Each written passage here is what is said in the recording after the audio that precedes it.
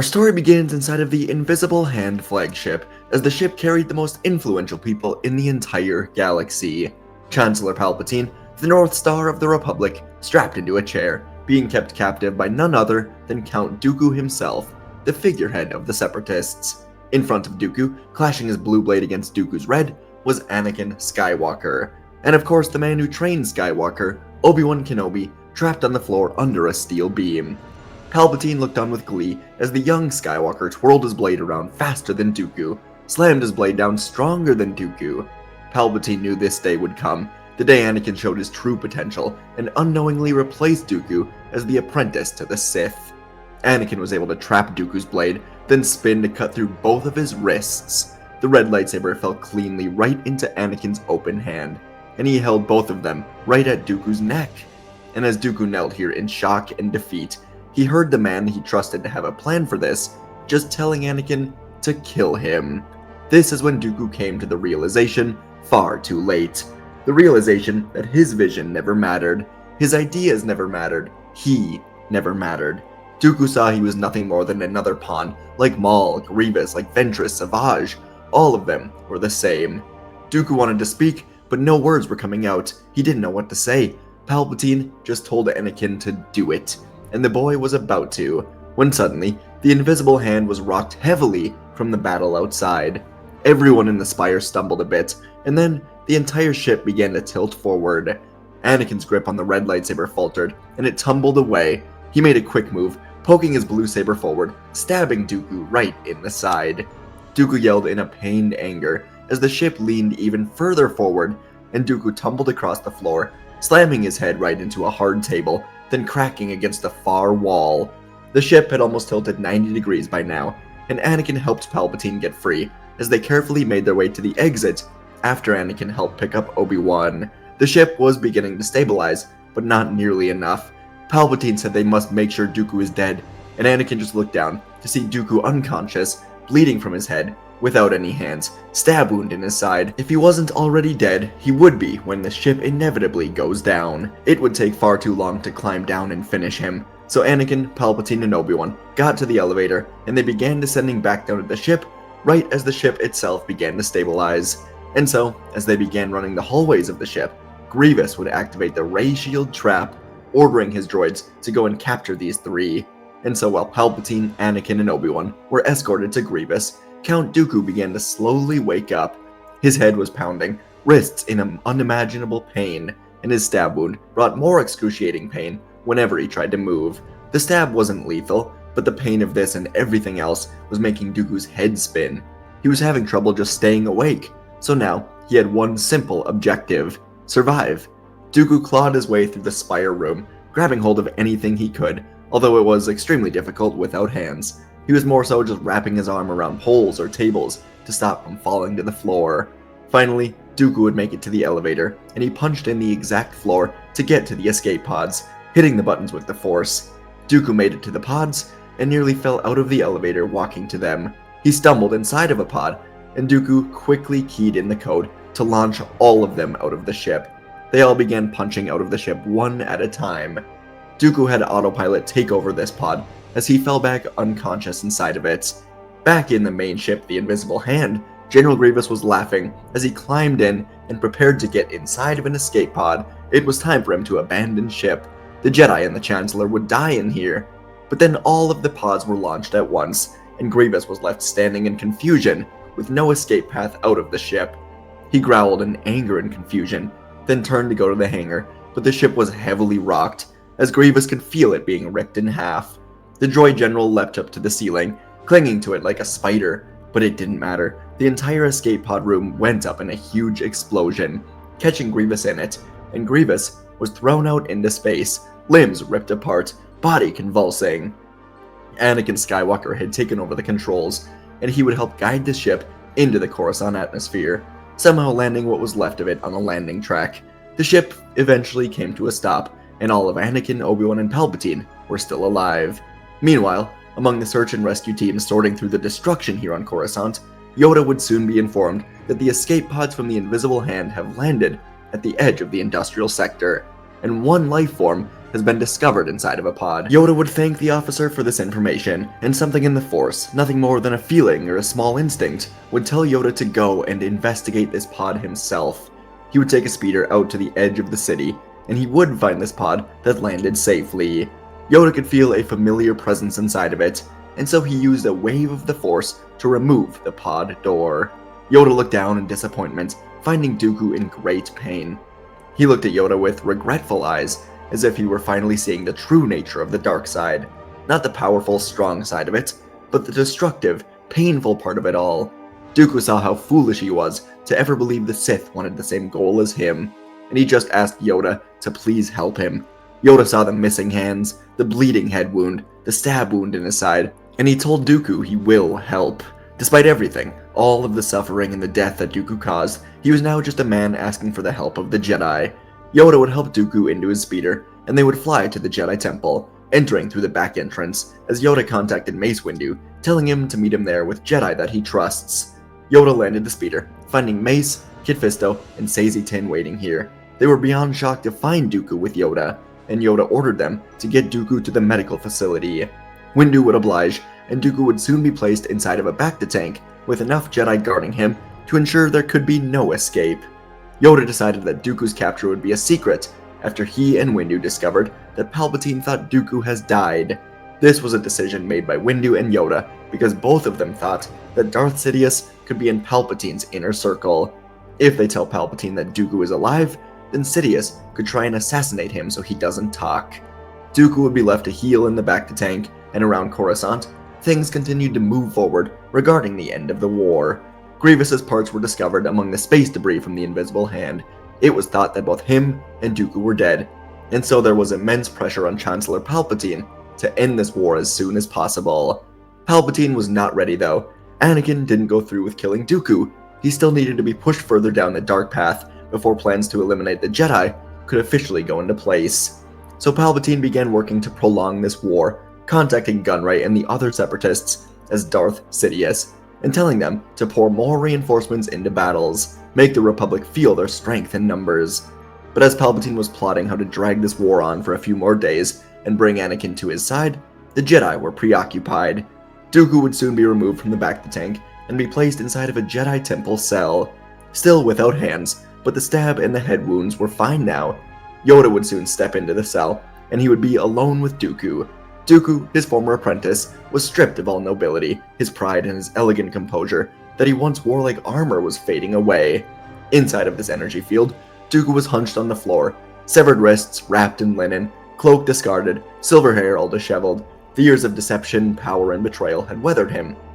But now, it was something else entirely that was weighing on him, a betrayal that wasn't given to him, but received by him from his master. For a long time, neither of them said anything, just old silence between older souls that were once so close to each other. Then Dooku looked up, eyes hollow but burning with a new kind of fire, not arrogance, pride, or darkness, just a cold fury mixed with the sad realization of what his life has become. And when he did speak, it wasn't as the Sith Lord Darth Tyrannus, it was as a man broken by the very evil he'd served. And he would begin to tell Yoda everything. Dooku confessed that he had been played, he'd been used. Palpatine, the man he'd called an ally, never intended for him to survive. He was to be the sacrifice, the final stepping stone for Skywalker's descent into darkness. That moment on the Invisible Hand, kneeling, mutilated, looking up at a silent Chancellor and an angry Jedi, was when everything shattered for Dooku. Everything. He'd been a Sith Lord, but in that instant, he understood he was never the true apprentice. He was a vessel of hatred to forge the perfect successor. Anakin Skywalker, the chosen one, the weapon Sidious had been grooming all along. Dooku always thought he was meant to serve alongside Skywalker, but now he saw the obvious truth. Skywalker was meant to kill him. Yoda said very little to this point, but his gaze never wavered. Dooku was unraveling the greatest mystery in the entire galaxy. The mystery of the Sith and what they wanted. It was everything Yoda could have ever feared. The Sith have infiltrated the highest levels of the Republic, just as Dooku warned Obi-Wan about on Geonosis. And of course, Sidious is targeting Anakin Skywalker. Yoda looked upon Dooku not as the Separatist leader or as the traitor, but as the boy he once trained, the brilliant mind that had challenged tradition, the passionate idealist who loved the people of the Republic too much to accept its decay. Yoda saw the fractures, the place where the Council's rigidness had pushed Dooku away, where the Republic's corruption had seduced him, and where Sidious had filled that emptiness with promises of order, power, and justice. Of course, no one was to blame, more for his fall than Dooku himself, but Yoda was letting him reflect on all of it. And soon as Dooku unraveled the web of Order 66, the clone conspiracy, the fates of the Jedi sealed in secret long before they drew their sabers on Geonosis, Yoda's expression shifted, only in the faintest ways. But inside, he felt this weight of 1,000 failures, the Council's blindness, his own refusal to see the truth. Dooku had been warning them in his own way for years. About the Sith, about the Senate, they'd all dismissed him, condemned him, and now by the time they saw the truth, it could already be rooted too deeply. Yoda sat inside the cell. He didn't forgive Dooku. He never truly could, and he shouldn't. But in that moment, he saw the ghost of a Padawan who only ever wanted to make the galaxy better, and failed. And now, maybe he could help stop something worse from rising. Yoda would soon make sure the cell was well protected, and he would bring all of this learned information to Windu and the other council members. All of them would come to the same resolution. Chancellor Palpatine must be removed from office for treason. So a Jedi squad of Yoda, Windu, Obi-Wan, and Kit Fisto would travel to Palpatine's office, and Obi-Wan wanted the others to know that if Dooku was telling the truth and Palpatine wants to turn Anakin, they'd better hurry, because Palpatine is meeting with Anakin at this very moment. So they took off for the executive building, with all 4 Jedi carrying a touch of anxiety for how this could go, with Sidious and with Anakin.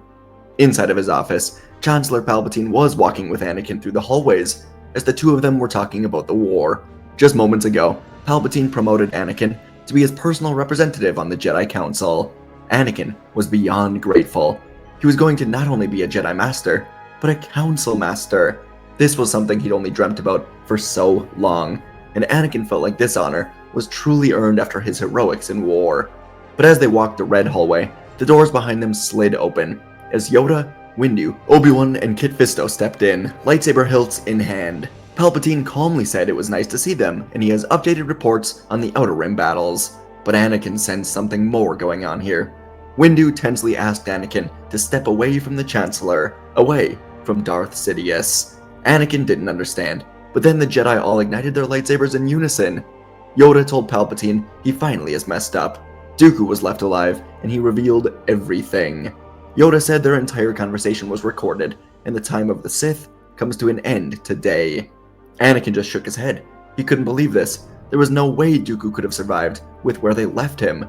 He wondered if the Jedi were lying, as Palpatine had begun hinting that the Jedi could try and take over.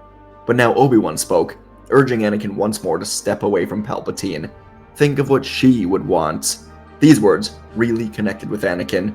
He thought of all the danger Padme was in during the war, all the attempts on her life, and Anakin looked back to Palpatine.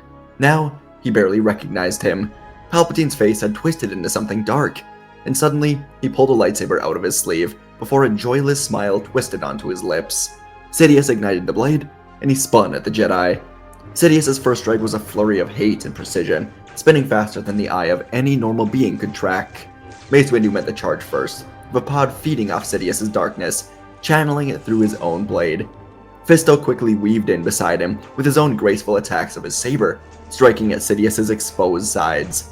Sidious ignited a second blade, pushing Fisto hard into the wall, as he then caught Yoda launching upward, flipping overhead, bringing his green blade down towards Sidious's shoulder. Obi-Wan kept his position low and mobile, using his form to redirect Sidious's jabs with minimal movement. Sidious hissed, twisting like a blade come to life. He launched backwards into a double spin, pushing Windu and Yoda apart with a wave of lightning, while locking sabers with Fisto and Obi-Wan.